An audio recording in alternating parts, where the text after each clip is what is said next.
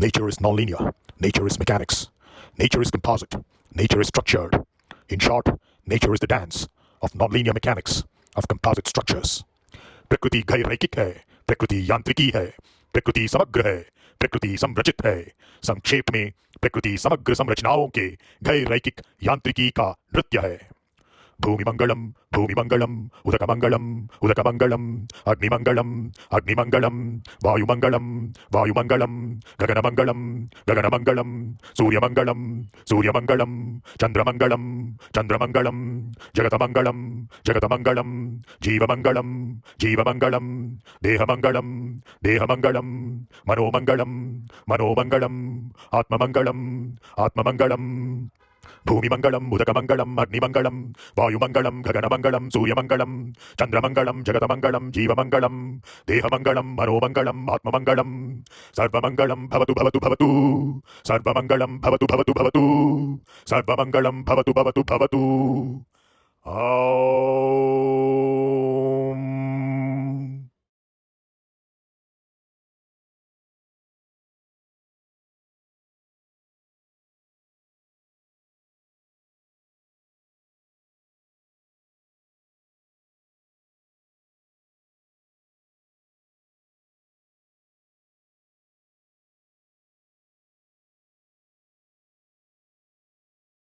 Good morning, everybody. Are you able to see my screen? Good morning, sir. Yeah, very nice. In the first 2 weeks, we were discussing basically about the course. The second week, we looked at the title from a big perspective. And today, we are going to focus on two gentlemen who are kind of instrumental in the construct of this very course in terms of its content, because the textbook is written by one of them that you see in the center here, Professor Dewey of Georgia Tech, who happens to be my PhD thesis advisor as well. And on the right, you see Professor Victor L. Berdychevsky, who was kind of a mentor to Professor Hodges, though he's just about 4 years elder to him, during his career. So already Professor Hodges was faculty member at Georgia Tech when Professor Berdychevsky moved from Russia to USA. And some of the things that Professor Hodges was stuck up with in his research got a complete new awakening because of the arrival of Professor Berdychevsky. So we will kind of focus on these two gentlemen's contributions throughout the course in terms of the technical aspects. But today I'll give you a brief bio about these two gentlemen, because it's very unfortunate that we typically know a lot about our sportsmen, sportswomen, and film actors, politicians, businessmen, even scientists for that matter, but not much about our engineers and also the academics. So the kind of major contributions they have made over the years is tremendous. And whenever we get into a subject, it's essential to look at some of the pioneering figures who have contributed to that particular area of research, in our case the nonlinear mechanics of composite structures, and see how we can leverage from their life learnings as well, not only from what they have written in the form of books and or papers. So that's essentially going to be the purpose of today's class. This is the fifth lecture, and in this we will start, before getting into the lives of both Hodges and Berdychevsky, we will get into some bit of course information, because this Friday is the last date for your course registration. I think about 10 of you have already registered, and I look forward to a few more as well. And then probably will not get much time for the modeling overview, which is what I was planning on this week earlier on, but unfortunately had to miss the Monday class because of the internet connectivity issue. So we will have the modeling overview in lecture number 6 on Monday. So let's get going. So as I said, my PhD is from Georgia Tech, and Hodges was my advisor over there. And So this is just to summarize what we already discussed in terms of the title, and we will see where Berdichevsky and Hodges come into this whole picture. If you look at the title, the nonlinear aspect is dealing with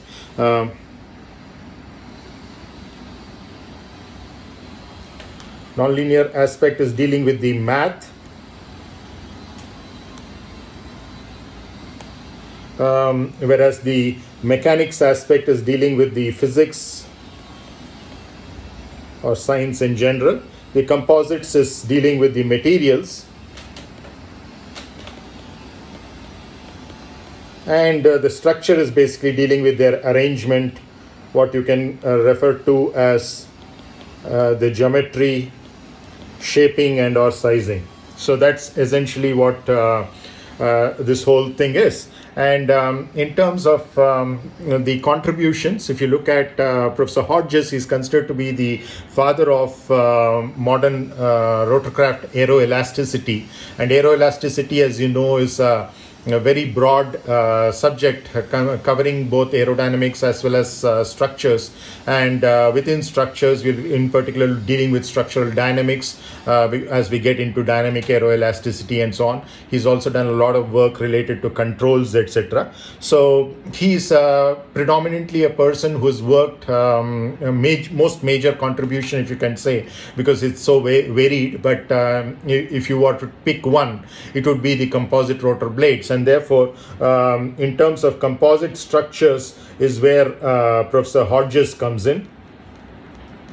And in terms of the understanding of the nonlinear mechanics, the maths and the physics that go behind it is where Professor Berdichevsky comes in. So this is where the two meet, and eventually we were able to get very beautiful perspective on this particular subject. Though it started off with motivations for rotorcraft blade in the case of Professor Hodges, and in the case of Professor Berdichevsky, his motivation was mainly to see that though he was very well trained in both math and physics, he saw that most books on mechanics were typically being written mostly from the mathematical perspective rather than from a physical perspective. So he brought that physical angle to it, and he tried to combine a lot of different subjects under the umbrella of variational principles, like what people usually considered as distinct, like thermodynamics, for example, turbulence in the case of flow fields, and structures, be it composites, periodic or random, bringing in the statistical mechanics aspect. So bringing in all of that under a single umbrella, understanding what the physical aspects behind all of that mathematics is. So that's essentially been the major contribution of these two gentlemen. I'll start with the textbook for our course. The textbook is the one by Professor Dewey H. Hodges. It's called the Nonlinear Composite Beam Theory. You see the cover of that textbook over here. It's available in the IAAC library, so as a soft copy as well. So those of you who would like can download it from there if you're having an IAAC ID. It's been a very long interaction for me with Professor Hodges under various roles. Started off as a student in 1994, so it's been about 27 years that I've known him. He just retired a few months back. So through these 27 years, the first 4 as a student and later on as a colleague and peer and collaborator, we have had really wonderful moments all around the world. We've met in more than a dozen countries, just a sample of which I present over here, through various collaborations as well as conferences that we have met. You see pictures from Austria, USA, Germany, Canada, etc. over here. in each one of these, I've had a learning experience. Even if sometimes the interaction has been for a short period, the kind of knowledge, wisdom gained from him has been absolutely immense. And I had the opportunity to provide a Guru Dakshina in the form of celebrating his 70th birthday in the form of a conference, which I organized. I was the chief organizer of this conference in the USA to commemorate his 70th birthday in 2018 in Kissimmee in Florida, where we had a conference as part of the AIAA, which is the American Institute of Aeronautics and Astronautics, SciTech. As part of the SciTech, we had 3 separate sessions which were chaired by me, organized by me, in which various papers related to the life works of Dewey were presented. Similarly, I had the privilege of being part of the organization of another conference in honor of Professor Berdichevsky 9 years earlier to that, in 2009. In 2009 in Bochum in Germany, where we celebrated the 65th birthday of Professor Berdichevsky over there. So both of these conferences led to a lot of very interesting technical papers by the students of both these professors, both Professor Hodges as well as Professor Berdichevsky, and whatever came out of that in terms of the conference presentations and conference proceedings papers were later extended and converted into a special issue of journal. In the case of Professor Hodges, it was a journal, part of the AIAA, called the AIAA Journal, a very renowned journal in which we had as many as 30 papers, and I was the editor for that special issue. And similarly, for the issue commemorating Professor Berdichevsky's 65th birthday, there was a special issue we brought out in the International Journal of Engineering Sciences, IJES, and both of these had an introductory article, and that introductory article is a very short introductory article talking about the technical achievements of both these gentlemen, and I'd like to kind of read out to you certain excerpts from those articles so that you're aware of the kind of people whose works on the basis of which this whole course is constructed. Before we get on to that, the textbook, though you can download from the library, for those of you who would like to know its publication details, it's part of an AIAA series called the Progress in Astronautics and Aeronautics, wherein a lot of textbooks and other reference books have been put up in the areas of aircraft, helicopters, as well as spacecraft and launch vehicles, rockets, etc. So this is 213th in that particular series, and it was published in 2006. So it's about 15 years old, but still it has so much of fresh knowledge that we can all benefit from, not only now, but probably for a few more years to come, until probably a revision is required for this. In this, we will be covering in our course an introduction to nonlinear composite beams, the theory behind them in particular, and then we will get going with the actual derivations by starting with certain kinematical preliminaries, where we'll introduce certain concepts in a very different way from how you have seen these very concepts in earlier classes. You might have taken courses on strength of material, structural mechanics, etc. Of course, you got a little bit of a glimpse of that in the course that I taught on flight vehicle structures in the previous semester. I'm glad to see that almost all the 10 students who are crediting this course have credited that course as well, and it's mostly the auditors who have not credited that course, but many of them have attended as guest participants as well. So that was one of the purposes purposes of that survey, so that I can avoid duplicating some of the efforts from the flight vehicle structures course. So those of you who have not been a part of that course, I really urge you, I talked about it in an earlier class as well, to look at the YouTube videos related to those lectures, especially the last set of lectures, maybe 24, 25, 26. If even that is too much for you, just the 26th lecture, there's the last lecture, which is about almost 3 hours lecture.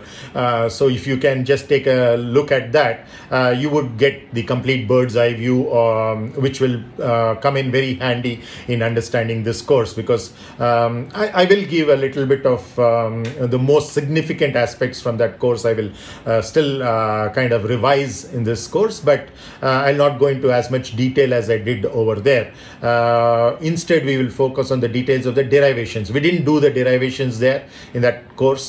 We just presented the final results. Here we will be doing the derivations, and that's where the kinematical preliminaries becomes very, very critical, because we will be talking about displacements, rotations, so-called dimensionally reduced strains. That is, strains which you are already familiar with, like 3D strains, in dimensionally reduced to a 2D or a 1D strain, in the sense that they are functions only of 2 or 1 spatial variable respectively, and in a dynamics problem with time as well.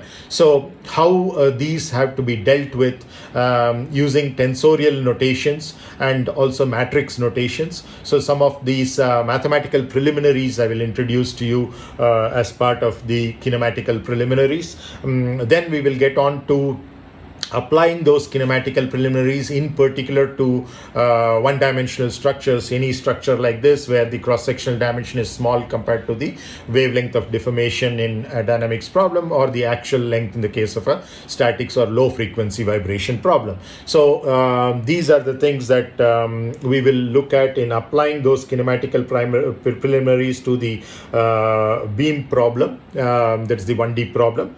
And then once we are done with that, we will see how so until that point of time we are focusing only on displacements, rotations and strains, both in the 3-dimensional sense and also in the 1-dimensional sense, because it's a beam-like structure. So everything is related to geometry, so to speak, until that point of time. The material has not come into picture at all, though I will keep giving certain peaks in terms of where this whole thing of the kinematical preliminaries and the beam kinematics is going to fall into the bigger picture, and how the overall problem is going to be constructed. So from that point of view, we will look at materials to some extent, but kinematical preliminaries and beam kinematics by their very nature are purely geometry dependent, and therefore are not material dependent, which means that you will not see the fact that this is a composites course until we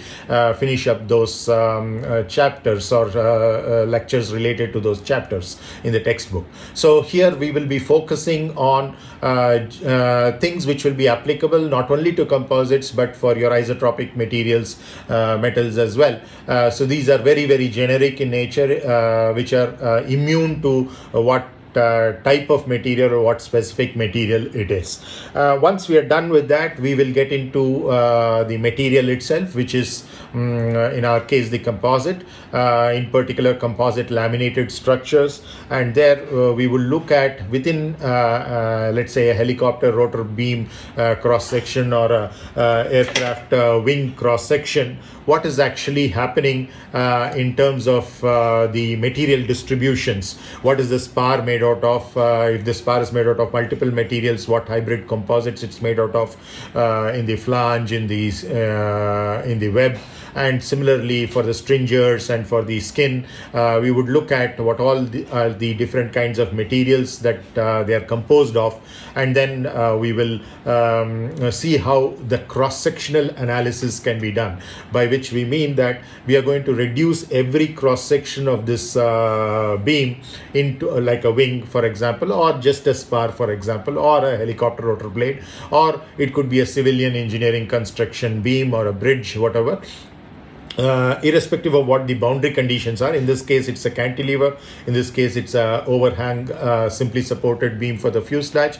It could be anything else, and it could be any type of loading, starting from extensions, which is not there in the case of aircraft wing, but it is one of the dominant loads. The extension or the tension load is one of the dominant loads in the case of helicopter rotor blade because of the centrifugal forces of the rotating blades. Then in the case of let's say a column for a building, so you would have the compressive loads.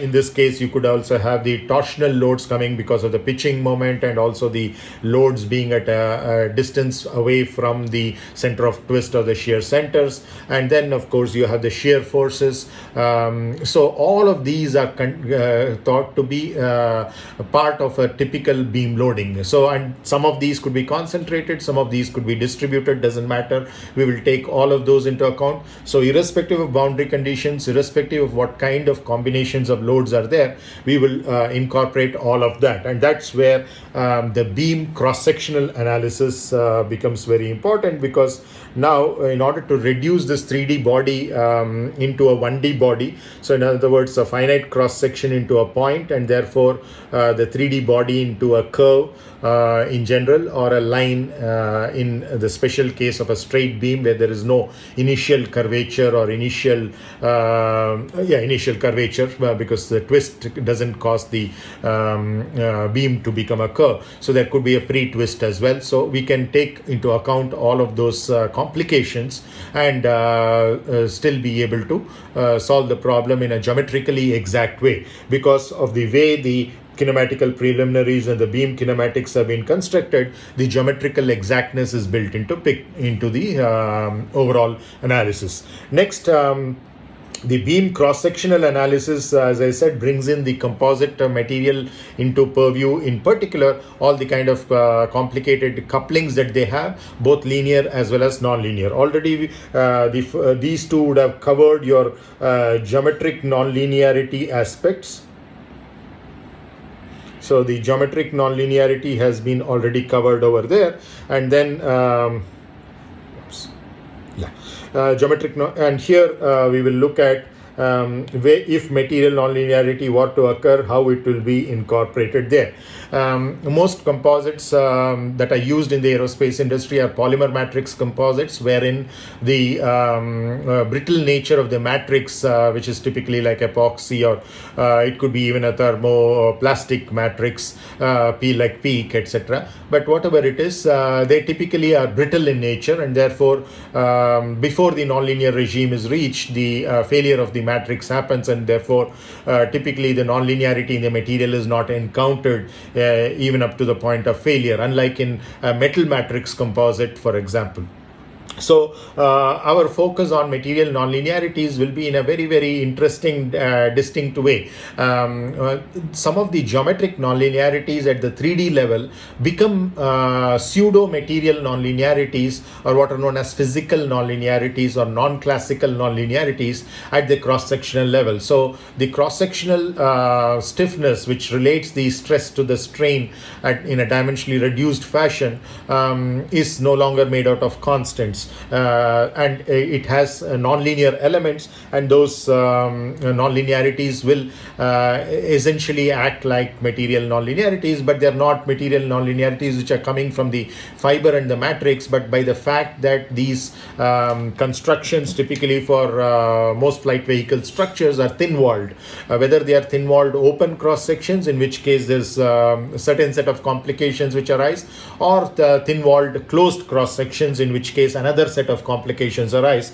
And in both cases, we will see that the cross-sectional analysis becomes nonlinear for the beam. In other words, the stiffness is no longer a matrix of constants, it's a function of the strains. So as the strains increase, the stiffnesses change, and these stiffnesses, some of these stiffnesses are the in the diagonal matrix, diagonal of the stiffness matrix, which means that they are direct one-to-one relationships, but even the off-diagonal elements, which are the couplings between different modes of of deformation with the different kinds of loads that act on the beam, like axial loads, the torsion, the bending moments in two different directions, the shear forces in two different directions, etc. So all of these, how they are related to the corresponding deformations, like the extensional strain, the twist per unit length, the bending curvatures in the two different directions,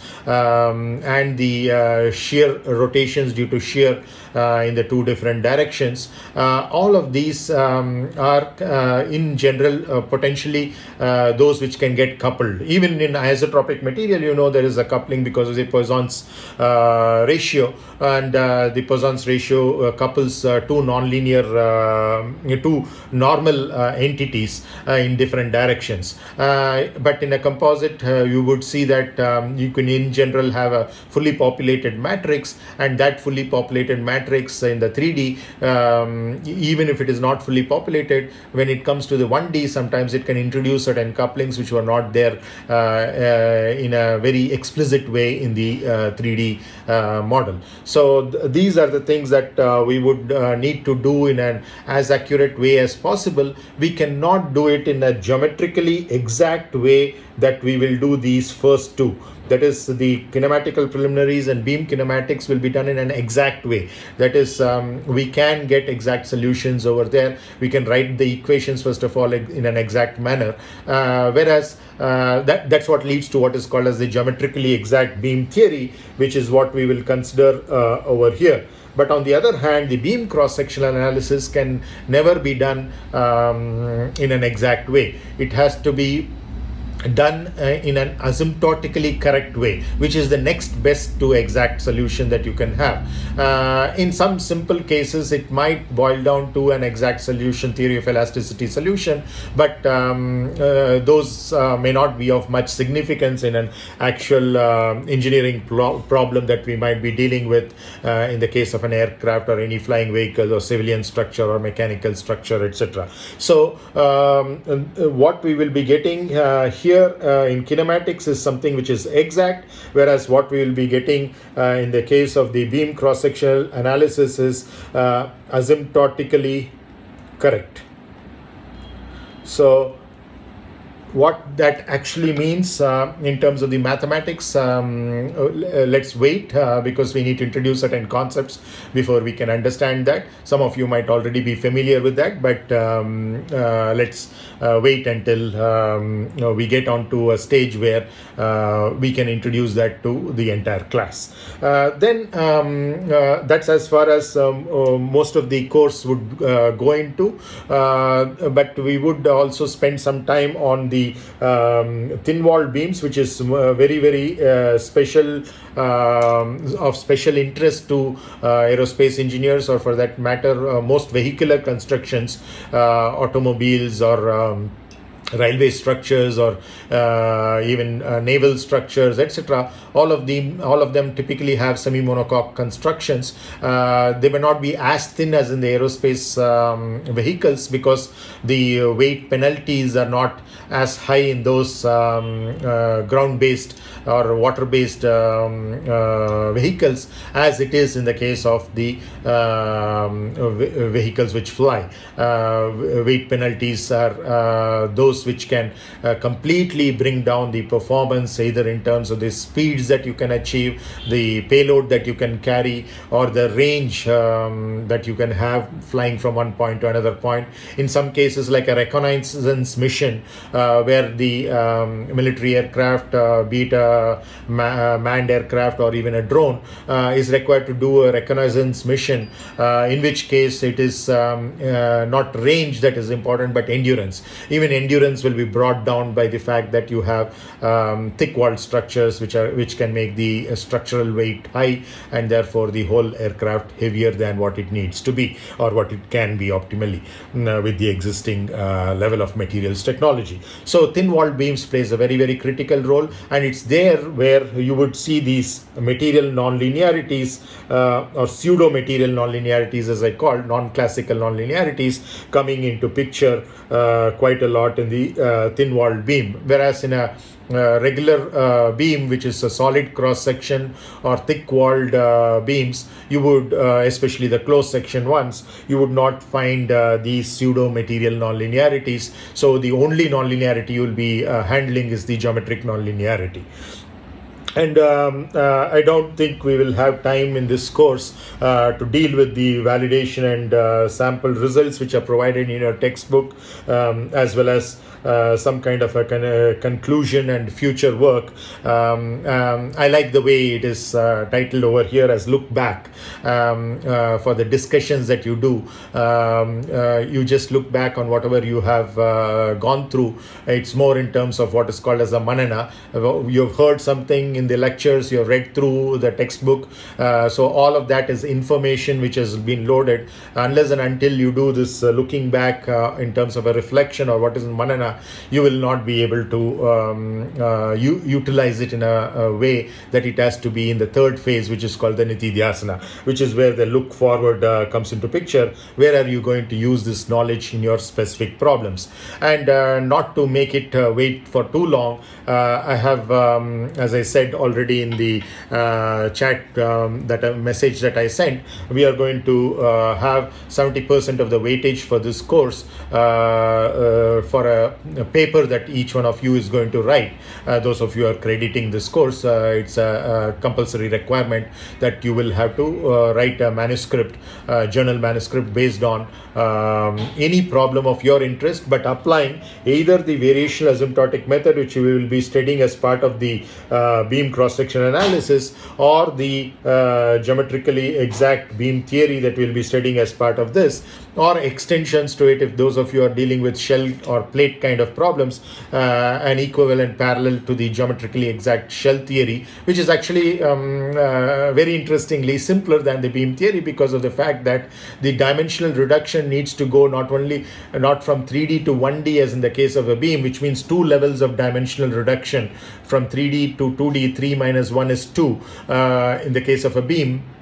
So deriving a beam theory is usually much more difficult, the cross-section analysis in particular, compared to just for a plate or a shell, where you just do the through the thickness analysis, which is to reduce the 3D structure to a two-dimensional structure, which means 3 minus 2, it's just only one order of dimension reduction, and therefore the derivation process of getting to that theory, getting to that either the cross-sectional stiffness matrix or the through the thickness stiffness matrix in the case of the beam or the shell respectively, is going to be much easier and simpler. And that's essentially what we will be looking at. So those of you who would prefer to instead do a shell or a plate problem are most welcome as well. I'll talk a little more about the details of that evaluation process, the deadlines involved, the multiple deadlines for different aspects of that submission shortly, if possible today's class. Otherwise, I'll send it out as a chat message and we will discuss about it in more detail on Monday's class. So this is as far as the textbook is concerned, and also the fact that we call a discussion and something whatever we have studied as a look back rather than as a look back and look forward rather than as a conclusion. So this is a philosophical way of approaching things, where if you are concluding, you are basically sounding the death knell for that subject and saying that I know it all, and that's kind of impossible. How much ever you learn, you tend to find out that the more you know, the less you actually know, because the amount that you don't know is phenomenally more. So typically our ignorance is infinite, whereas our knowledge is infinitesimal. So in that sense, and that is not evident to those who are initially getting into some subject. They think just by reading a little bit and cramming a little bit of information, they know it all. It's only as you go deeper and deeper into the subject, you recognize how much of knowledge we actually don't know. In fact, in this context, Professor Victor Berdichevsky used to quote Bernard Shaw sometimes and say that somebody came up to Bernard Shaw, the famous British writer, and he was asked. Bernard Shaw was asked. See, I have to by this person, probably a student or maybe another professor or somebody who is knowledgeable, very knowledgeable.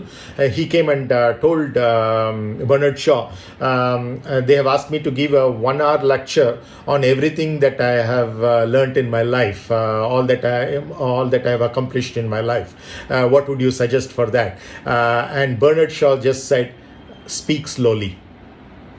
Because what it essentially means that even if it's a lifetime worth of work, you can't actually cover 1 hour in it. So that's the amount of knowledge we actually gain in an entire lifetime is if you take the very significant aspects of it and put it in a lecture, it would not even come 1 hour unless you speak slowly, which is what the hint by Bernard Shaw without mentioning in so many words was in that particular case.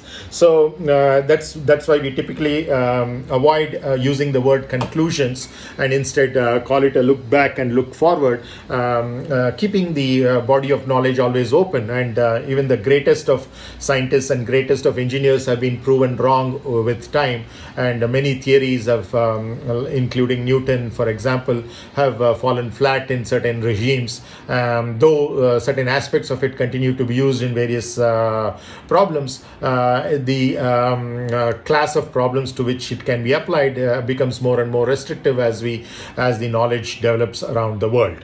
So that's the room that we give to when we say look back and look forward instead of making a conclusion.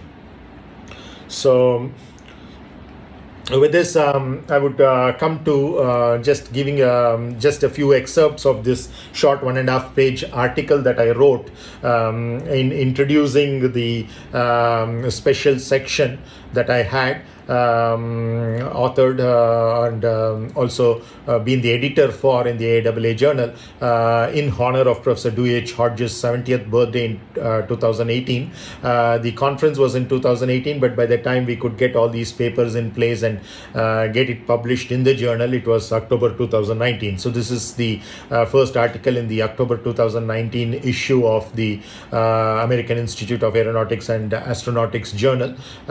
It's titled, as you can see, Introduction to a Special Section. That special section was in honor of Professor Hodges on 3 areas. He's worked on many areas, but 3 major areas of his contribution. So I divided it into 3 sections like that. One is asymptotic analysis, which would be the core of this particular course, where we'll be looking at the variational asymptotic method, though it was kind of discovered by Professor Victor Berdichevsky. Most of the work on its applications, especially to composite structures, has been almost entirely been done by Professor Hodges or his students students, what we call as the grand students, like grandchildren in the academic sense. So the first one is about the asymptotic analysis, which is what our focus will be in this course. Then dynamics, so part of those aspects will be of significance to our course as well, and aeroelasticity, which is more of an application of that further on, which we will not be covering in this course, but there are other courses in the department which cover aeroelasticity as well in our department in IISc. So in this article, I said a few things in a personal sense about Professor Hodges in terms of his technical competence and the way he interacts with his students in terms of the current students as well as the past students, the alumni, and how collaborative works get into place and things like that, which will all be lifetime learning lessons for many of us. So I just kind of read a few excerpts from this particular paper. I start off with a preamble by saying that superficially perceived, the 3 topics of discussion in this special section may appear to be random pickings. That is, these 3 are asymptotic analysis, dynamics, and aeroelasticity. Because if you look at the great people who worked in these 3 areas, it's usually the very different sets of people. It's not one person who has worked in all three of these and made substantial contributions to each one of them. So in that sense, superficially perceived, the three topics of discussion in this special section may appear to be random pickings, which perhaps unify only in a university setting, because we academics can do anything, which may or may not be possible in the actual practical world in the industry. So natural and engineering phenomena, however, clearly reveal that there are strong undercurrents which correlate these three streams of knowledge, that is asymptotic analysis, dynamics, and aeroelasticity. In fact, if you look at it, essentially what these are, just like how we broke up the meanings of the title that we have for our course, similarly, if you can look at what asymptotics are, it's basically the ability to analyze the survival of the fittest variables in a reliable model. So in other words, an asymptotically correct model is something which is going to be reliable, which means the next best that you can have to an exact solution. In case you can't get the exact solution because of the complexity of the mathematics, then you are forced to go to the next best, which is the asymptotically correct. And that asymptotically correct, basically what it really means is the ability to analyze the survival, because all the higher order terms drop out. So what survives is the leading order terms, and probably if you want to go to better approximations, the next higher order, and so on and so forth, right? So the ability to analyze the survival of the fittest variables means you have heard of this English proverb, survival of the fittest. How the Charles Darwin evolution theory actually goes forward is in terms of those species which are not able to live according to the new circumstances, developing changes in the environment, are basically becoming extinct. So in that sense, it's only the fittest which survive. So what we call as the survival of the fittest theory. So essentially, your asymptotics is also the same thing as we shall see when we get into the mathematics of this. It's the ability to analyze the survival of the fittest variables. There in Darwin's theory of evolution, we are talking of the fittest species. Here also we are talking of a species in a different sense. The species here are not lives, but here we are talking of species which are mathematical variables, which define the physics of the problem. So those variables which are the unknown quantities, some of them get dropped off because we recognize their smallness compared to some others which are making a bigger contribution to what is called as the functional, typically some sense of the energy of that system. We'll go into those details as we go forward, because there are many different types of variational principles, and to each one of them it is possible to apply the variational asymptotic method and as a technique, a purely mathematical technique to solve those variational problems in an asymptotically correct way. If you are able to solve exactly, you will well and good, you will go ahead and do that. But it's because it's not possible to do that you resort to the next best, which is to ensure at least the survival of the fittest variables in a reliable model. Which, as we discussed in a previous class, by reliable we mean ensuring both accuracy and efficiency at the same time, ensuring both academic rigor as well as engineer friendliness in its implementation as well. So when all of these combine, we call something as a reliable model. Usually they are the first two are contradictory to each other and the next two are contradictory to each other, but we ensure from the mathematical guarantee that the variational asymptotic method offers that we can walk the golden mean between them, walk on the rope, as they say, towards that. So that's basically asymptotics, the ability to analyze the survival of the fittest variables in a reliable model. What is the second one, dynamics? Very poignant that we are looking at it today, because tomorrow is mahāśivarātri. I wish all of you contemplative and meditative, also Shivaratri, in which you have an awakening, both in the literal as well as the figurative or metaphorical sense. Because if you look at dynamics, which is the second part of this whole special section, and which is also essential for this course, what is dynamics essentially? It's basically the dance of such relevant variables. Because in asymptotics, what we did, we picked out amongst this large number of variables which were complicating the whole system of mathematical equations. We picked out the ones which are going to contribute majorly to the functional, whose stationary principle determines whether this is going to be the actual solution of the problem or not. So that is the asymptotics. Now that the asymptotics is done, those variables which remain, which are the variables to which the problem is most sensitive to,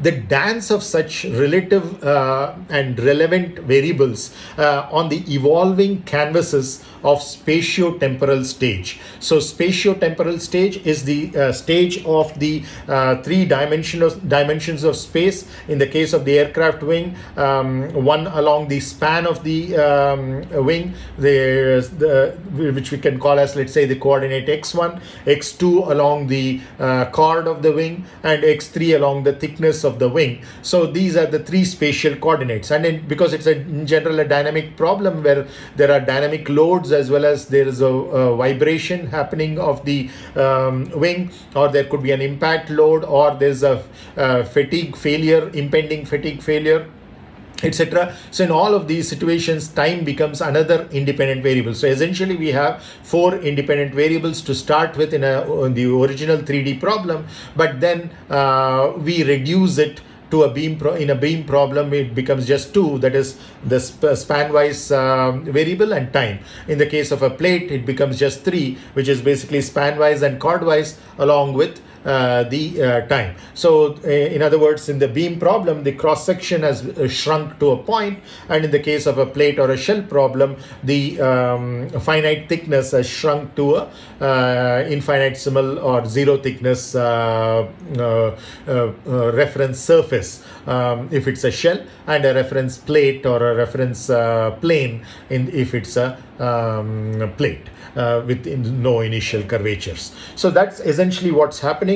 So in asymptotics, you had the ability to analyze the survival of the fittest variables in a reliable model, and in the dynamics, what you're essentially doing is looking at the dance of such relevant variables, that is the leading order terms, whatever variables they depend upon, the dance of those variables alone, not of all the variables, but the dance of such relevant variables on the evolving canvases.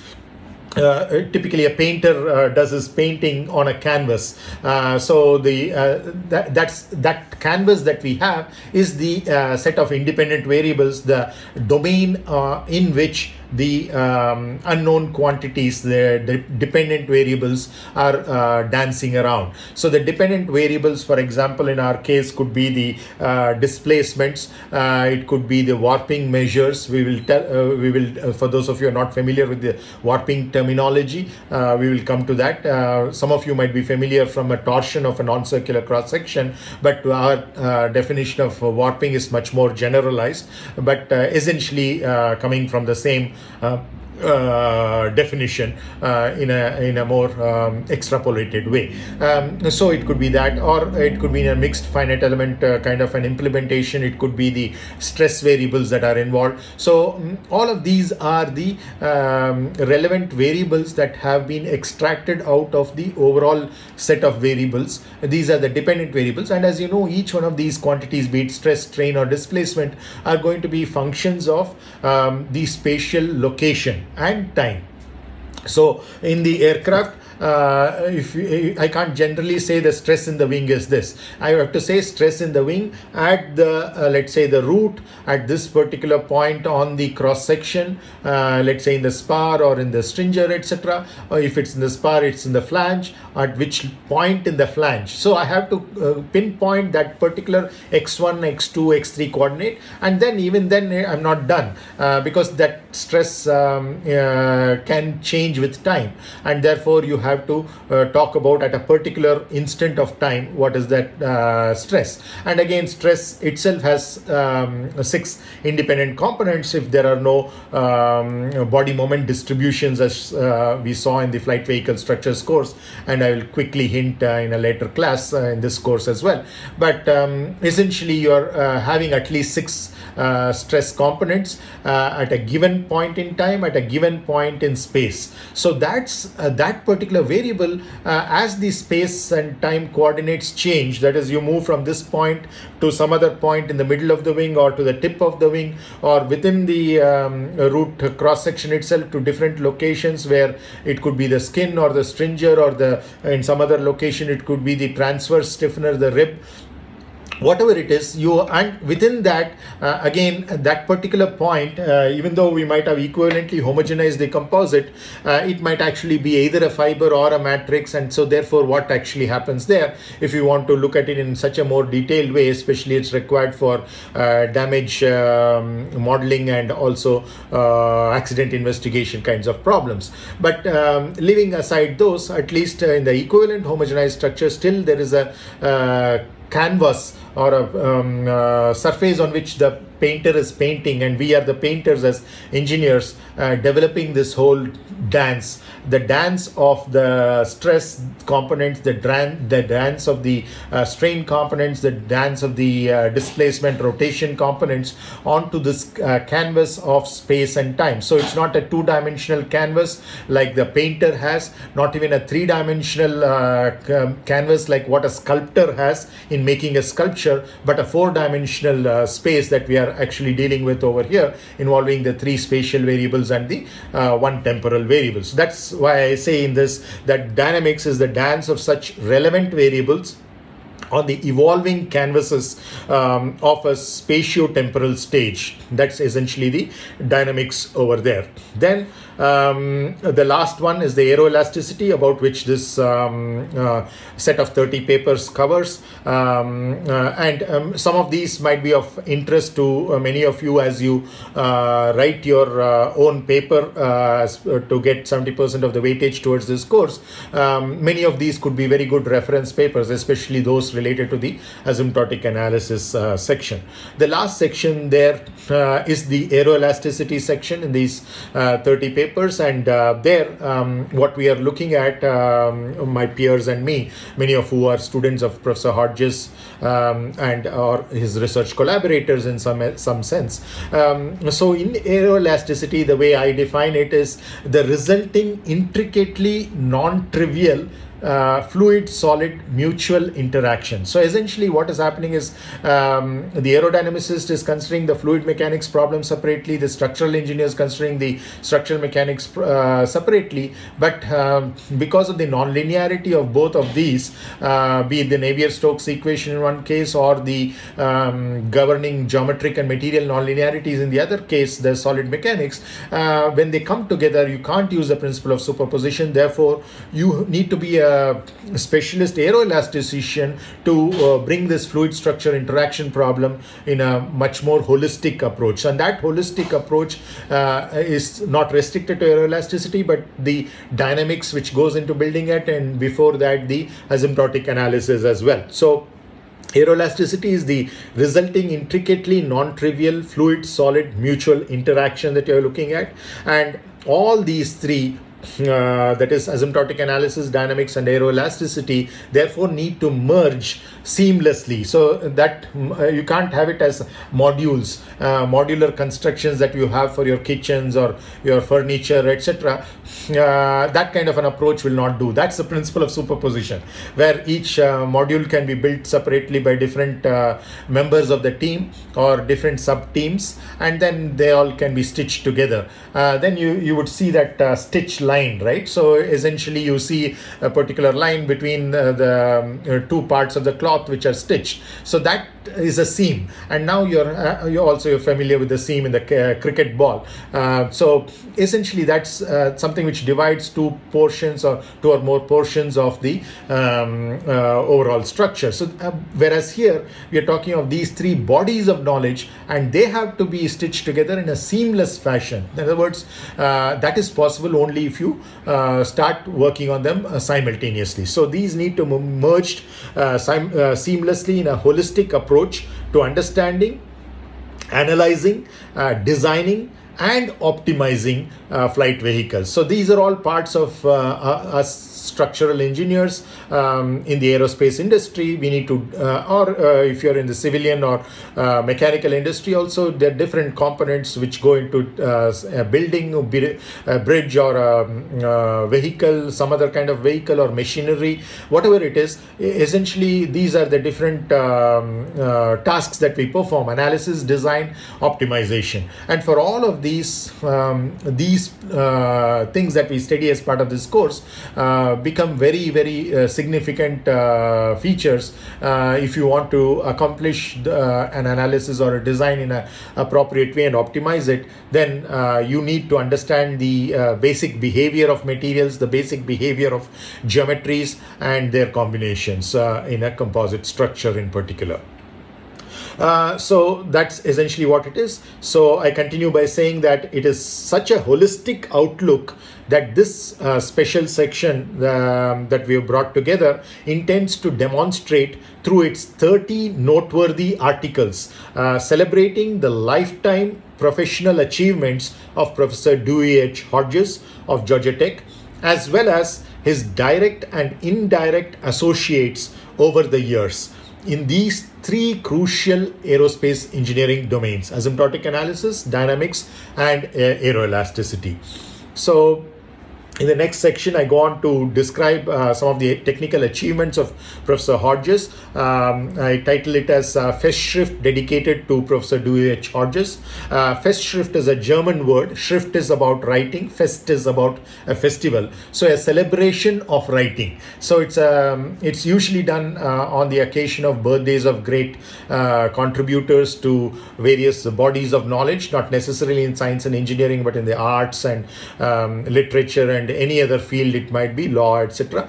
But essentially it's a festival of celebrating the writing. So that's why it's called Festschrift. It's a German word which has become a part of the English vocabulary as well, English dictionaries as well. So this is a Festschrift dedicated to Professor Hodges. The seed for this endeavor was sown at the AIAA SciTech Forum in January 2018. Wherein 3 full technical sessions of 6 papers each, so totally 18, chaired by yours truly, were titled as Dewey 70. Dewey is the first name of Professor Hodges. So Dewey 70 Asymptotic Analysis, Dewey 70 Dynamics, and Dewey 70 Aeroelasticity, as a harbinger to Dewey turning 70 in May that year. His birthday is on May 18th. So essentially what we are looking at is a January conference about 4 months prior to his turning 70 in May of the same year.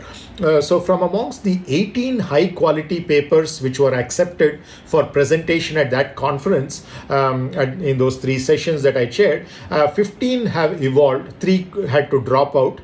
15 have evolved further into the AIAA Journal articles in the October 2019 issue that I mentioned, and they have all been included together in the online edition, because the most journals like the AIAA Journal also have all become purely online. There are no more actual printed editions of these anymore. It makes sense, saving on paper, the forest and environmentally conscious people, as well as at the same time in terms of easy accessibility, searchability, etc. In addition, apart from the 15 out of the 18 conference papers which went into the journal special issue, 15 other fresh manuscripts I had sought, and they have been accepted after an equally thorough peer review process from amongst more than 50 solicited and finally received submissions.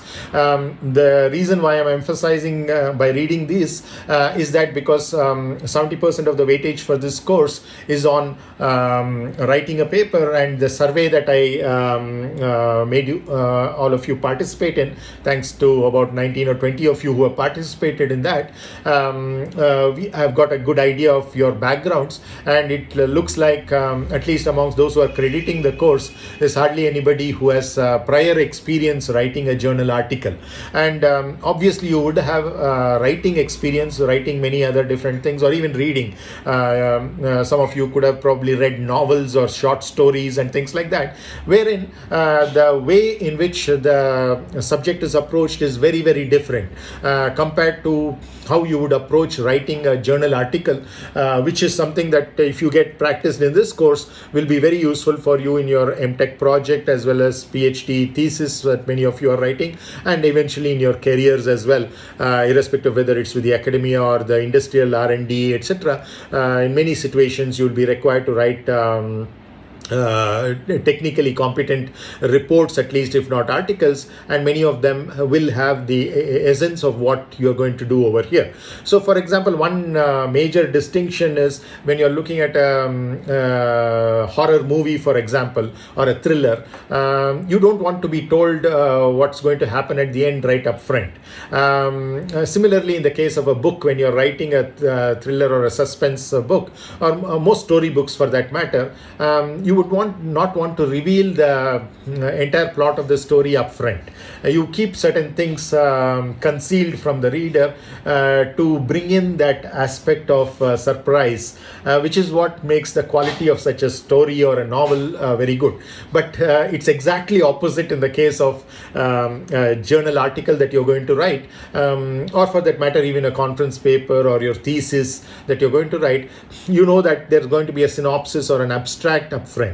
That synopsis or abstract is going to be giving out all the best results, or in fact the major whatever has come out of your work, and the essence of whatever you're going to write in the rest of the paper comes out in the abstract. So there's no absolute suspense at all in that. It's only in the details that are missing about those aspects, but all the essential outcomes of your work are presented in the abstract itself, even more so in the title. The title kind of conveys to you the idea of what area the work is in, and also the most important finding of your work. So but because the title can't be very big, it's the abstract, and so it's the title and the abstract that we will be requiring in a short period of time. I will give you the timelines on the chat message immediately after this class, and also discuss about it in Monday's class. So the first thing that will be required out of you is the title and then the abstract. And usually the way we write the abstract is in an actual paper is after writing the paper. Some people want to write it the abstract, or you write the abstract and then go to the paper. I prefer this first approach of writing the abstract and then going to the rest of the paper, because you are already aware of what is the work that you have done, and therefore you write the abstract. But in your case, I'm expecting you to give me a tentative abstract up front. So what this tentative abstract will actually do is to do what is typically called in the Indian parlance as sankalpā. So when you do a puja or a homa or anything that is related to any endeavor that you want to accomplish, a big endeavor, a major or important significant endeavor, you take a sankalpā. So that sankalpa which you take is basically a kalpa, which is a plan, and a samkalpa is a useful plan, something that is going to benefit you as well as the readers that who are going to utilize those results. So that's basically a sankalpa. So here when you write a tentative abstract, you're already conjuring up in your consciousness what is it that I want to achieve. So you have your problem very clearly made up in your mind, and this is very important when you have have a strict deadline. So typically different people take different durations to write a typical article, but if you want to write it in the kind of time pressure that this course brings up with the deadlines, you have to know what you're going to work on upfront. That's why the title is essential to start with, then the tentative abstract, both of which can undergo a change once the work is accomplished. But you have to get the title approved by me. Then once the title is approved by me, you will get the abstract approved by me, and then, which is the tentative abstract, and then you will start working on that particular problem to get the results, write the introduction based on the literature survey that you do for that particular area of work, and then bring in your own work, saying how it fills that research gap. This is what is already there in the literature about this particular area, and this is what I am finding out of my work, and therefore this is the new thing, that research gap that I have filled, which is useful in some sense to whoever the readers are, and there's a takeaway from spending time and in reading that. So that's essentially how this whole process will go. But you also need to understand how the process behind the other end goes, because you have written a paper, you can't expect everything that you write to be accepted as it is. Very rare cases it does, but it typically goes through a review process. So it first goes to the also you need to choose the appropriate journal which is in the field of what you're writing. So one very easy way to do that is one of the biggest publishers of journals is the Elsevier publishing house, and they have a website called sciencedirect.com. So you go to Science Direct, and then you key in your title and your abstract. It will suggest to you what are all the journals which are most suitable for your work. So then you can choose from amongst them. That is one way of doing it. The second and way which almost invariably works for me and is always successful is, and this I can tell because I've been an editor as well, so I know the inside story. Another way of choosing which is the right journal for you to publish in is based on, once you have written it, you know from your references what are all the papers that you have referred to, which journals did they come from. So then you see which is the journal from which you are quoting most of the articles. So the top 2 or 3 sets of journals that you're quoting most of the articles from would be the most suitable ones, because obviously there are related papers in related subjects which have appeared in those very journals. So obviously it's suitable. The other reason why this always works is, I can tell you the editorial secret for that. As an editor, when I'm looking at something which is submitted to me, I first look at the references and see are there any references or any citations of my own journal that I'm editing by this particular author or set of authors who have submitted this paper. And then if there are none, the tendency for me is to usually reject that, because one, of course, it's not in that subject area, but more often the editors are also under pressure by the publishing houses that they want to get more citations for their journal so that they can increase the impact factor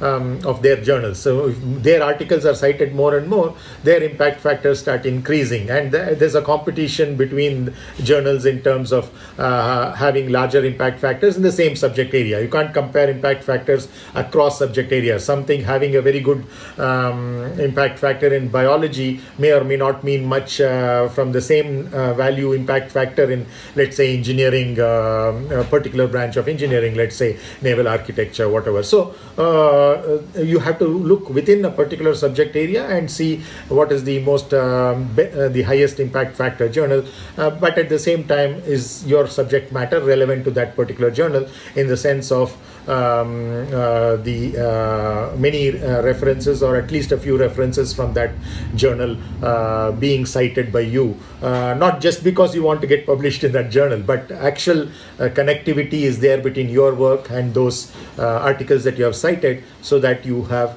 that journal as an appropriate journal for you. So this being a 300 level course, it's very important for you to get into that research mode rather than purely the course mode. And that's the reason why I am focusing on 70% of weightage for the journal article that you're going to write. Continuing, also the process, why I kind of brought in this aspect now is because what I'm telling to you about in this article is about the peer review process. So what happens after you have submitted is, first of all, the editor goes through and sees whether it is suitable for this journal. That's a first cut look. And then he or she chooses reviewers, some of who can be suggested by the author itself. We can even suggest those who are not to be sent to, because even in academia you have sometimes these conflicts of interest, and sometimes you do not want it to be sent to certain set of reviewers. So you can always say that. But it's not committing upon the editor to avoid those reviewers or to choose those reviewers which you have suggested. He or she can choose entirely. It's his or her own prerogative to choose whoever he or she thinks are suitable for that particular article. So that's what is known as a peer review process. So it goes to people who are familiar with your subject area, and therefore they are your peers, and so it goes through a peer review process. And in our case, it went through a peer reviews process because we published 30 papers. For those 30 papers, 15 were from the conference. The other 15 were entirely new papers which were not part of the conference.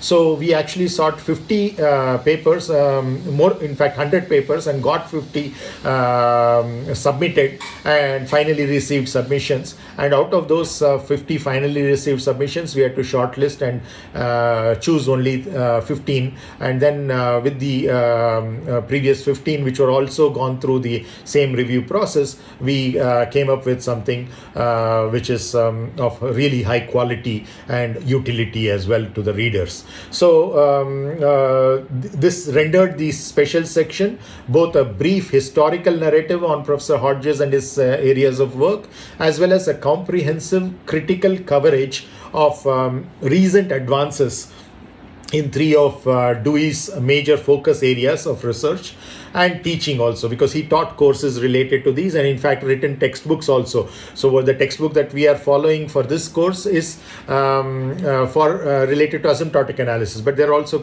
textbooks that he has written on dynamics and aeroelasticity as well. So these are all areas of his teaching, book publication, as well as research. And it's usually when you're doing research in a particular area that you get a much deeper insight, and your books become much more effective than if you have just read a few other authors' books and you're trying to put it all together in your own way. It's also a particular approach that some authors take, but more often than not, if it's based on your own work, then your own research in particular, then it makes a much bigger difference in terms of the utility for the readers.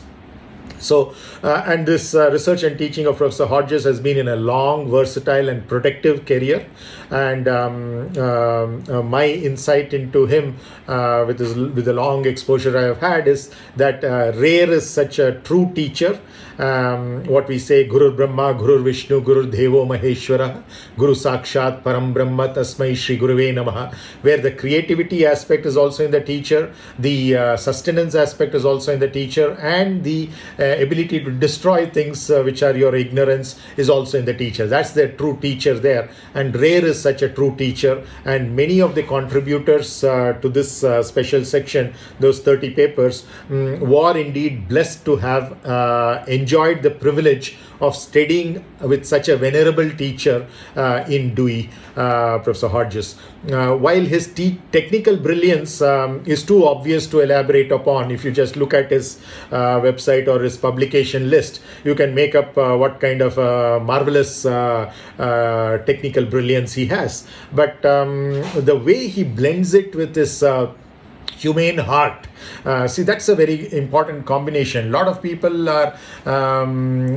very smart, but they may not have that heart to go with it, or somebody might be very innocent but not so intelligent. So it's a combination of innocence and intelligence which really results in success in professions, careers, as well as in life itself. So in the case of Professor Hodges, apart from his technical brilliance, the way he blends that technical brilliance, that intelligence with his humane heart is to be experienced, to be believed. So it's not something that I can say and you believe, but when you actually go through that interaction with him, however short it might be or however long it might be, you can see through it that there's both the brain and the heart which are operating on trying to improve upon a particular student or a collaborator's work, etc.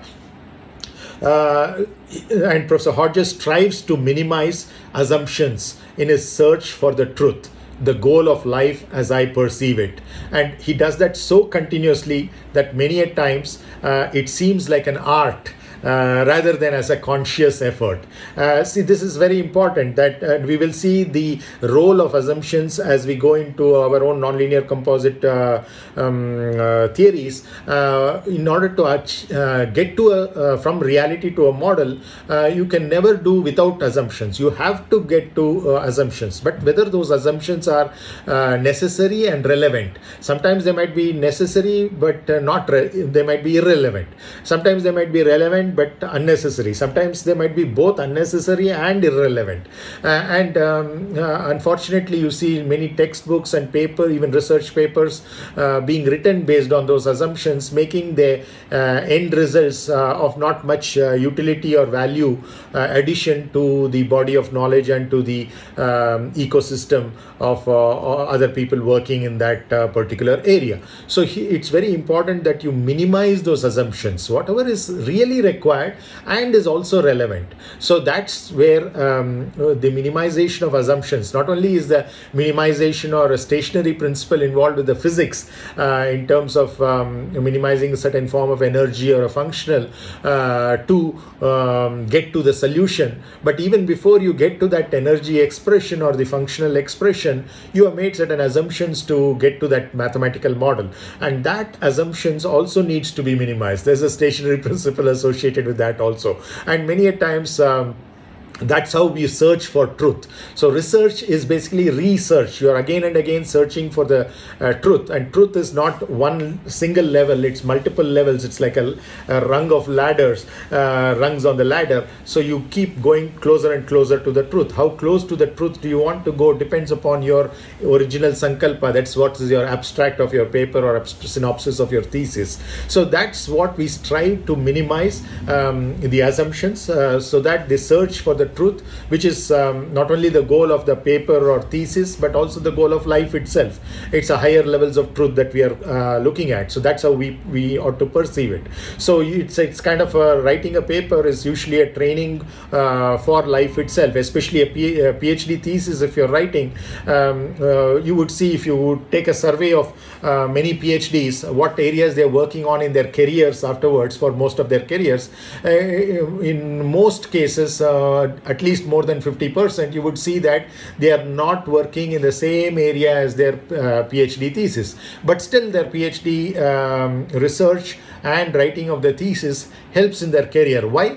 Because all that PhD or for that matter your MTech project trains you is in looking at what is a particular area of your interest.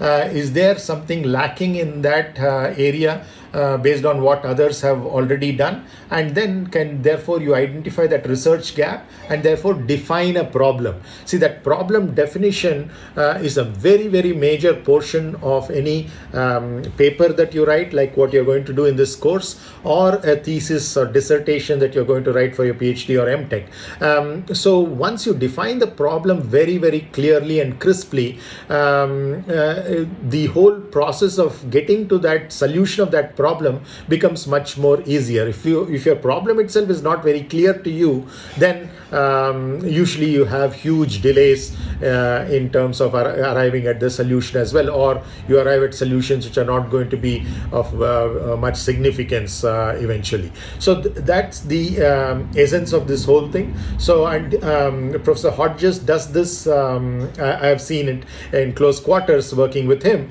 that he does that continuously, this minimization of assumptions and searching for truth. That many a times it seems more like an art rather than a conscious effort. So that's the reason why involving both halves of your brain are very important. So I encourage all of my students, in particular, to participate in sports activities, in arts and cultural activities, so that you have a good development, overall holistic development of your intelligence and emotions as well. The emotional quotient, or EQ, is as important as the IQ, and that reflects not only on the quality of your life, but also the quality of your works. Whether it's your thesis or your the papers that you write, you would see that the best quality papers are usually written by people who not only had a very high IQ, but also a reasonably good, at least beyond a certain threshold level of EQ as well, the emotional quotient. So that's why developing this art of searching for truth, minimizing the assumptions in that search for truth in your problem definition, and solving that problem, and eventually drafting your manuscript based on the whatever you have your findings are, is so very, very important. That minimization of the assumptions, as well as that process of searching for the truth, starting with the problem definition itself. So every interaction that I have had with Professor Hodges, formal or informal, because I've had the opportunity to go with him to various conferences and stay in hotels, and also do some sightseeing and things like that, or during the conference chit-chatting with him. So there have been many informal interactions as well. Some of my students have been, some of my students who became later his students have been even lucky to play squash with him or table tennis with him. So many such informal interactions that I or my students who became his students have had with him have been learning experiences for me, which has been treasured throughout life, not only the career and profession, but life itself. And Professor Hodges, before he became a professor, obviously went through the same kind of rigor that we all went through. He obtained a Bachelor of Science degree with high honors in aerospace engineering. So like me, he was into aerospace throughout his entire education of undergrad, masters and PhD. So his Bachelor of Science was in aerospace engineering. In June 1969, he graduated from the University of Tennessee at Knoxville. Then he attended Stanford University under a NASA trainee fellowship. So you could see that his involvement with aerospace was so deep, not only from the academic educational point of view, but also in terms of who were sponsoring his work. It was a NASA trainee that fellowship that he was working through. My work was also, my PhD work was sponsored by the US Army, the flight wing of that. So here, in the case of Professor Hodges, he received his Master of Science degree in June 1970. That's just 1 year for masters. See, that's the speed at which things go. If you are very clear about your problem definition, and the approach that you want to take by writing your sankalpa or abstract right up front. So he could finish his masters in just 1 year, and then he took just 3 more years for his PhD. So masters plus PhD was just 4 years. So that's the speed with which he could do it. So he received his master's degree in June 1970, and the Doctor of Philosophy degree, PhD, in January 1973. So that was not even full 3 years, 2.5 years for his PhD after his master's. And both were, of course, in the Department of Aeronautics and Astronautics at Stanford.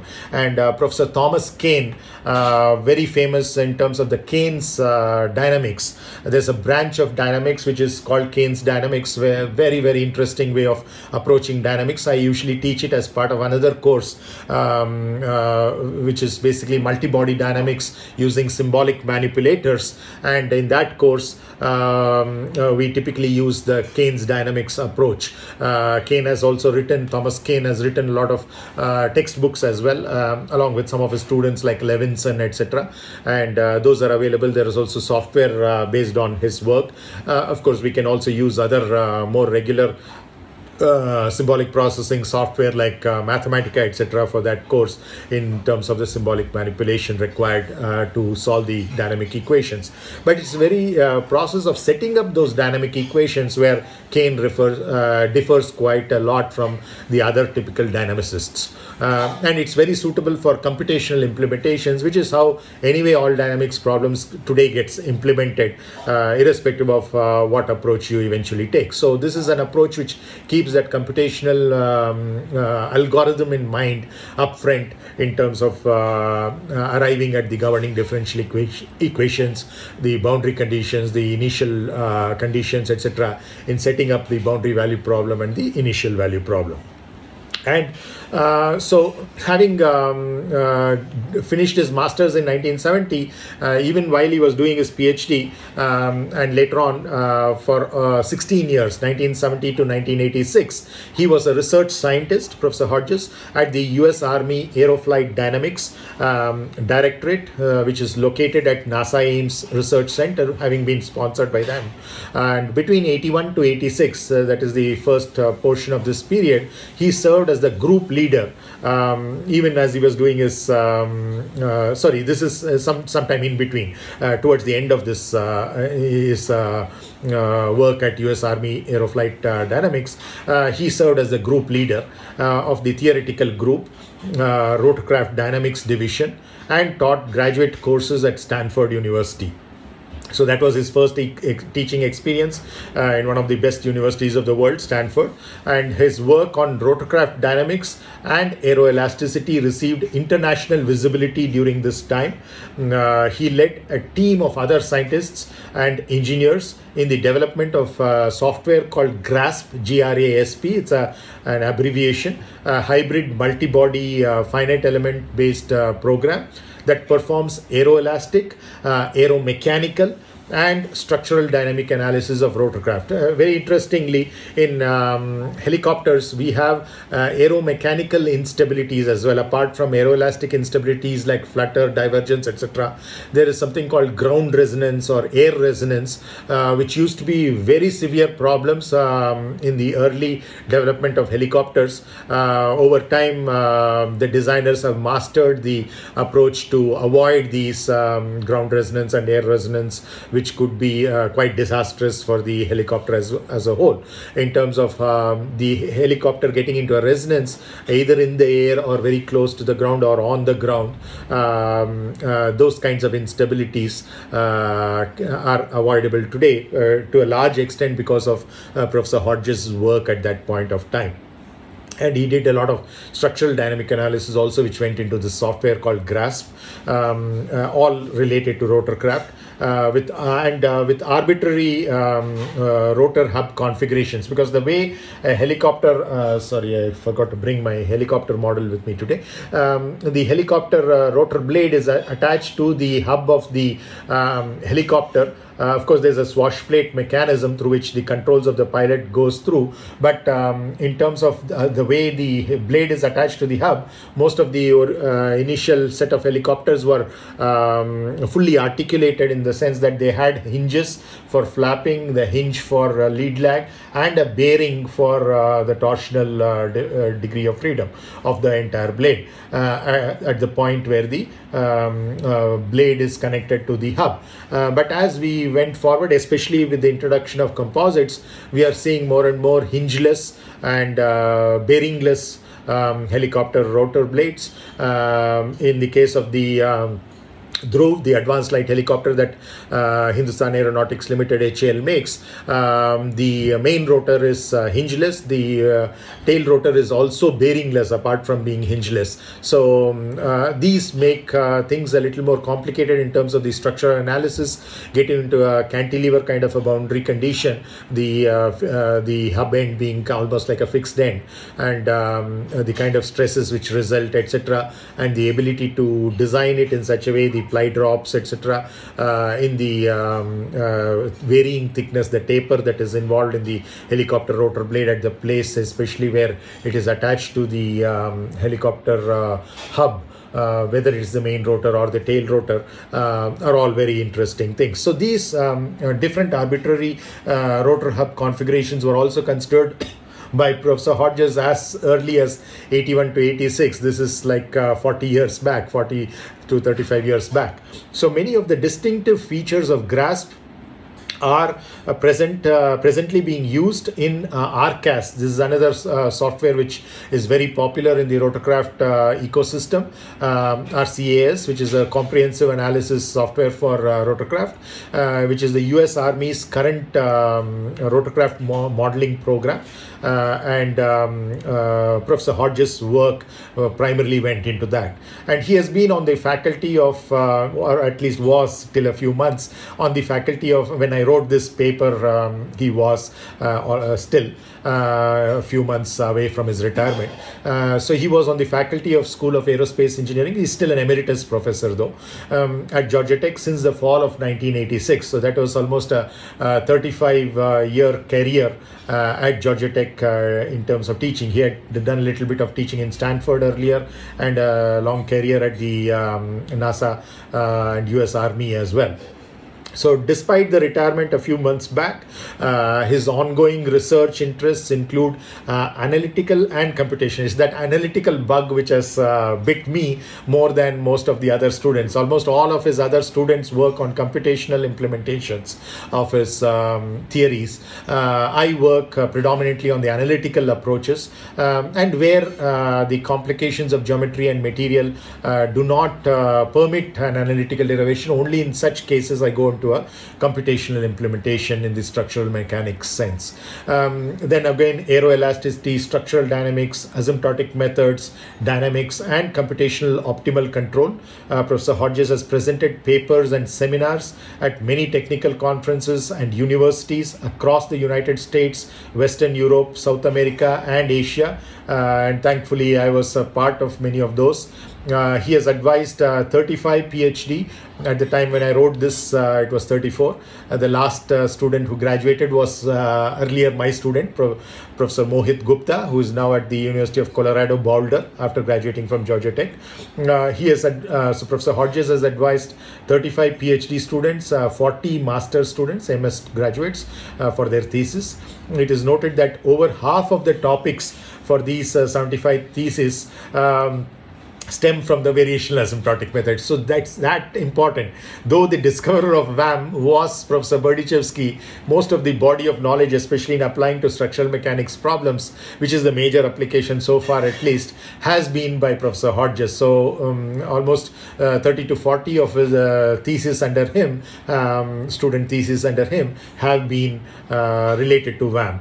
So this highlighted in the first 1/3 of the papers of my special section in the AIAA Journal. Amongst the rest of the thesis, one finds a predominant focus on dynamics, structural mechanics, and aeroelasticity, which is what is covered in the remaining 2 sections of this special issue, which I would urge you to take a look at, especially the asymptotic analysis portions, because that gives a bit more than your textbook, beyond, because the textbook was published in 2006. This special issue came out in 2018, so it contains a lot of work in asymptotic analysis which was done in the 12, 13 years after the book was published. So it will contain much more useful, important, relevant, up-to-date information.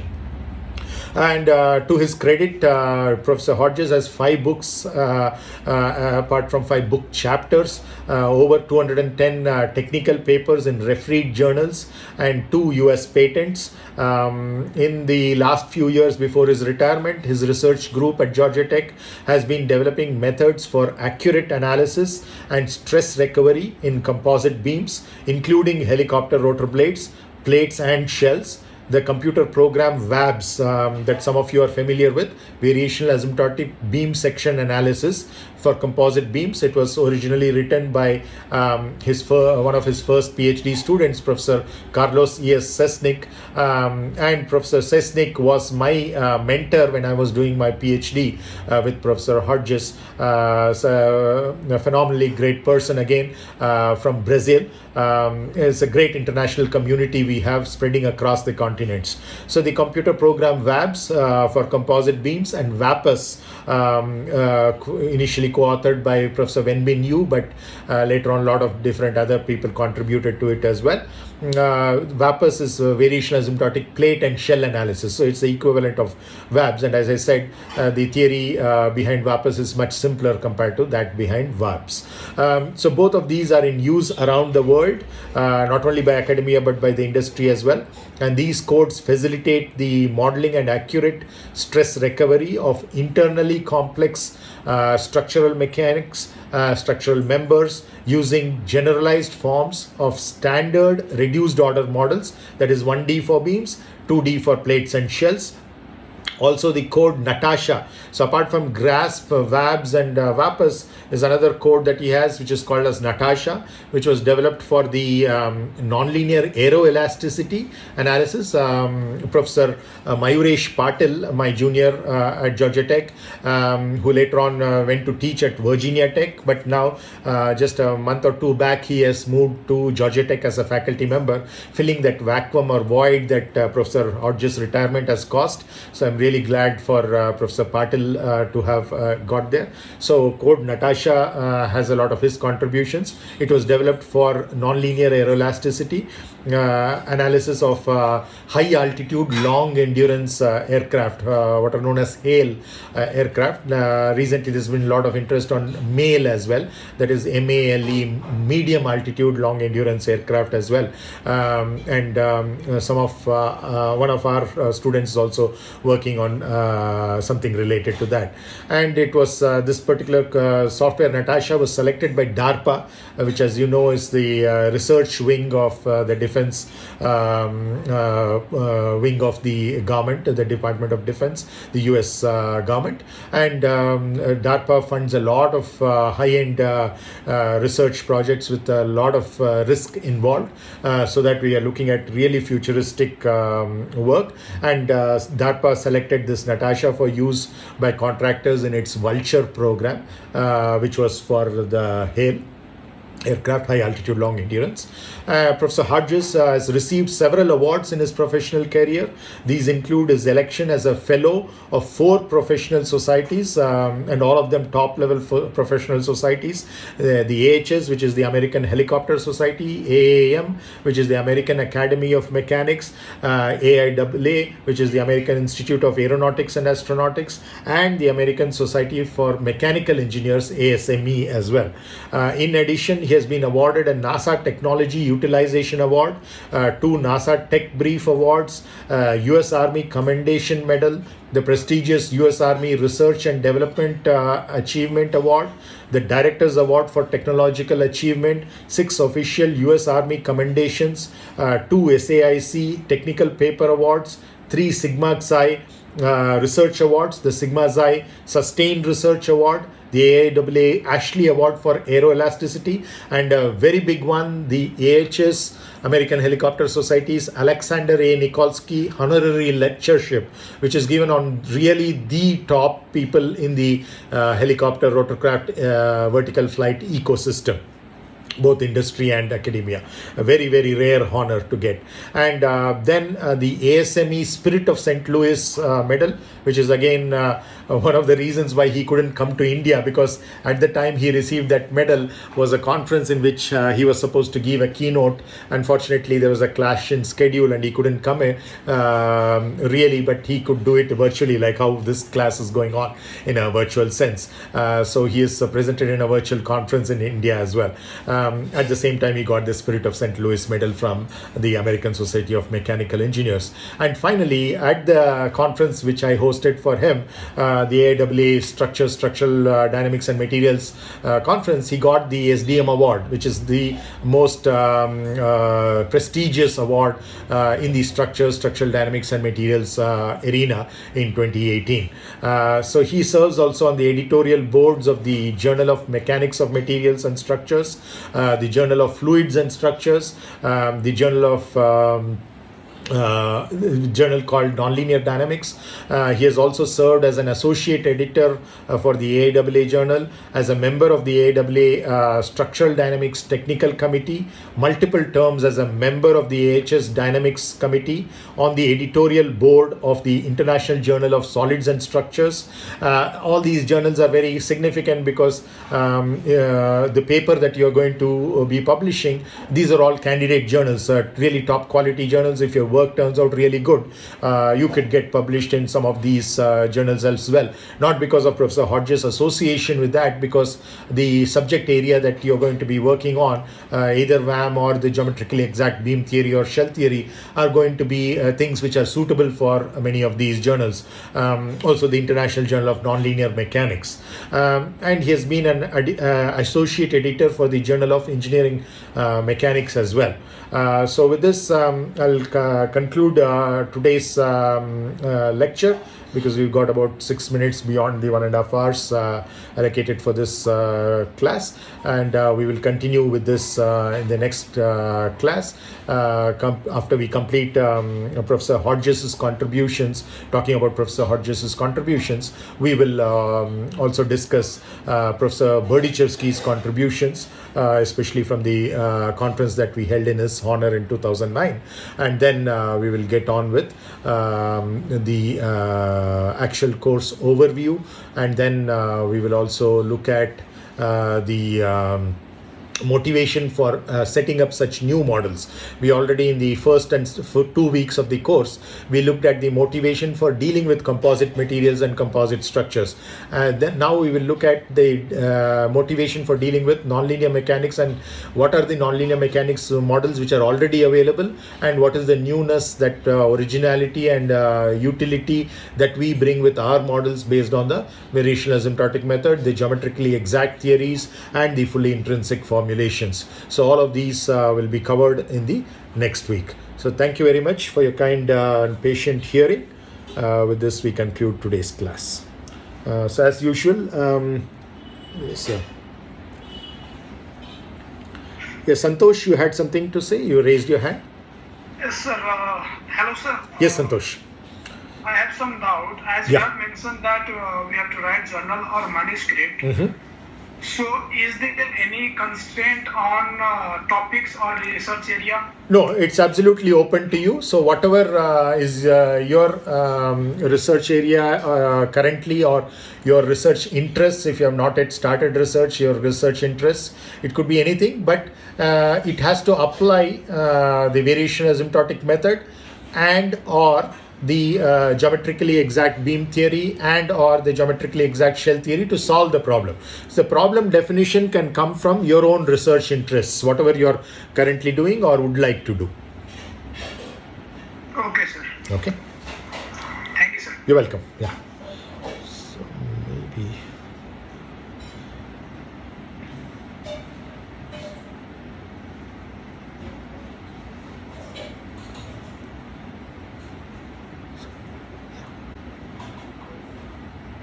Maybe I'll just give a preview of this because I think many of you would be interested, especially before you consider registering for the course. So the grading basis, as I said, will be 70% for the research article and 30% for a finals. The finals exam date is June 2nd for this course, and it will be at 9 a.m.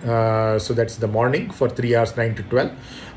As far as the research article is concerned, it goes in steps, and there's three steps to it in terms of the marking, 10%, 20% and 30% that you see over here. That's essentially for your different kinds of submissions. But even before that, you need to do 2 submissions which are related to the title and the abstract, which don't get any marks, obviously. It's just a tentative title and the draft abstract. The tentative title is due on March 12th, that is this Friday. So you would have to arrive at a tentative title, and the very word the adjective tentative means that this is not final and binding on you. This just says what area you're going to be working on, what is the problem coming from there, and what you would like to do with that. So that is in a very, very brief way it is saying that, and we can always change it as we go forward. But you do need to get my approval on March 12th, which means that the end of March 12th, that is this Friday midnight, that is the Friday, Saturday midnight. So by that time you need to send me by email or through the Teams network that we have. You can submit your title, and then you need to submit a draft abstract based on that, which is what I called as the sankalpā. So again, it's a draft. It's not the actual abstract which is going to go with your manuscript eventually, but this kind of clearly defines what you think will be the outcomes of your work. Because that way, once it is very clear in your mind in terms of what you're going to approach in your consciousness, the ability to approach and get to that is much more stronger. Just like a sculptor already sees in a rock what is the sculpture which is going to come out of it. Already the painter sees in an empty canvas what is the painting that is eventually going to be a part of it. Same way, this draft abstract is going to tell you what exactly is it that you're going to achieve. So that's what you're going to do by March 12th. And then March 19th, that is the draft abstract is on March 19th, that is next Friday midnight. And then you would have to submit a 2-minute video based on your work, which is not about what you're planning to do, but what you have already achieved by that point of time. And therefore, what is the takeaway it's going to be? That's a 2-minute video that you're going to have for 10%. That's due on April 12th. A 30-minute talk based on your work up to that point of time will be due on April 19th, a week after your video. And these two, the video and the talk, as well as your manuscript, would be evaluated not only by me and the teaching assistant that you have, Kaja, but also a set of reviewers who would be basically ex-NM cadets who are all professors currently or in the academia in different parts of the world. So they will be as a team looking at your submissions of the video, the talk that you give in a conference-like scenario. All will be virtual, of course, in the through the Microsoft Teams platform. And then the manuscript that you eventually submit, all of these will be reviewed, and eventually based on that you will be taking it forward. The other teaching assistant for this course is, as I said earlier, apart from Kaja, we have Dr. Vinyas Mahesh.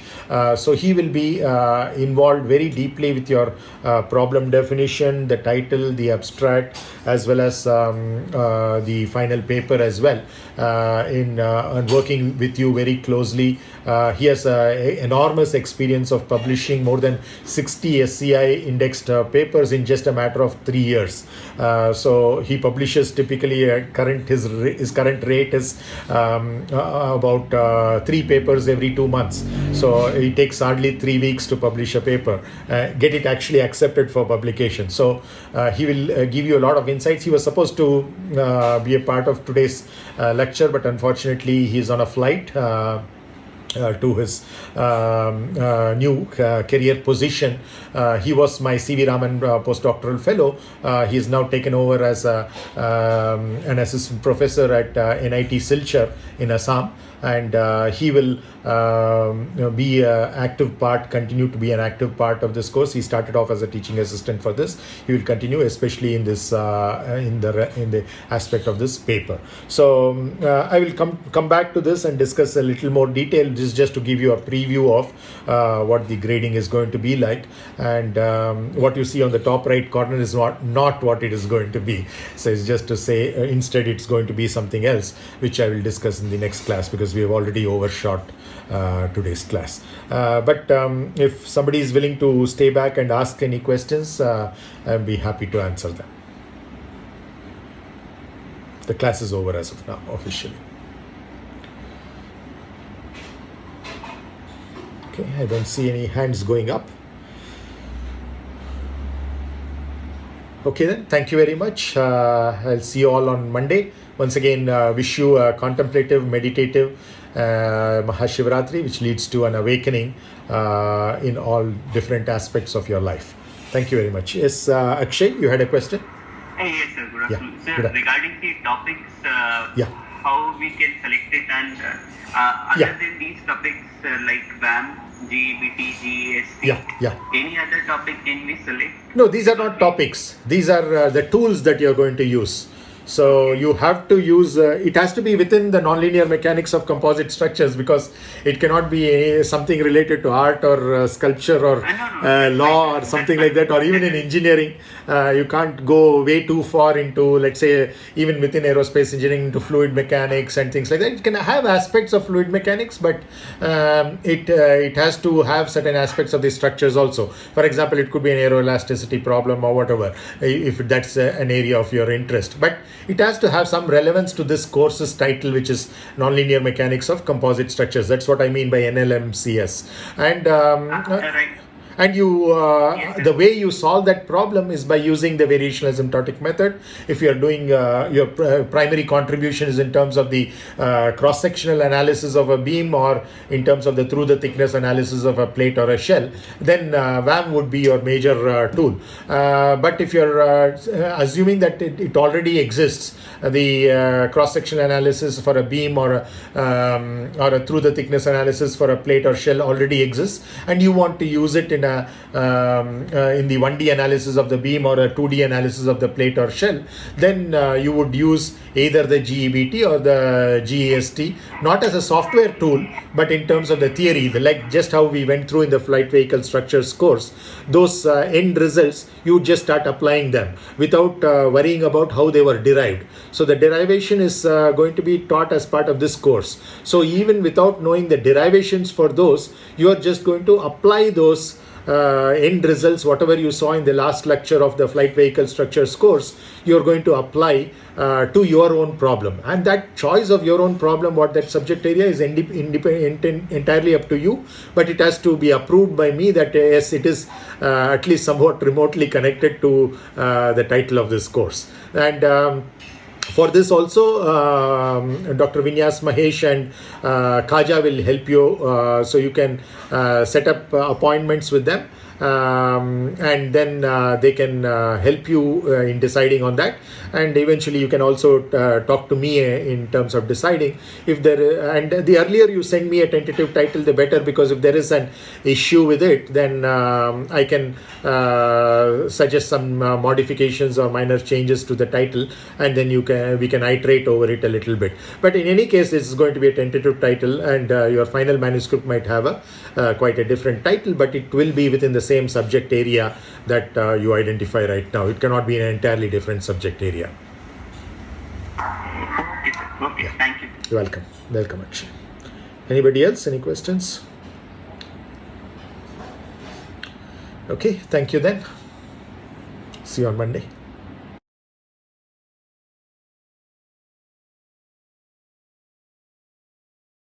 Mrityunjay मंत्राः त्र्यंबकं यजामहे सुगंधिं पुष्टिवर्धनम् उर्वारुकमिव बन्धनान् मृत्योर्मुक्षीयमामृतात् ये ते सहस्रमयुतं पाशा मृत्योर्मर्त्याय हन्तवे तान् यज्ञस्य मायया सर्वान् वयजामहे मृत्यवे स्वाहा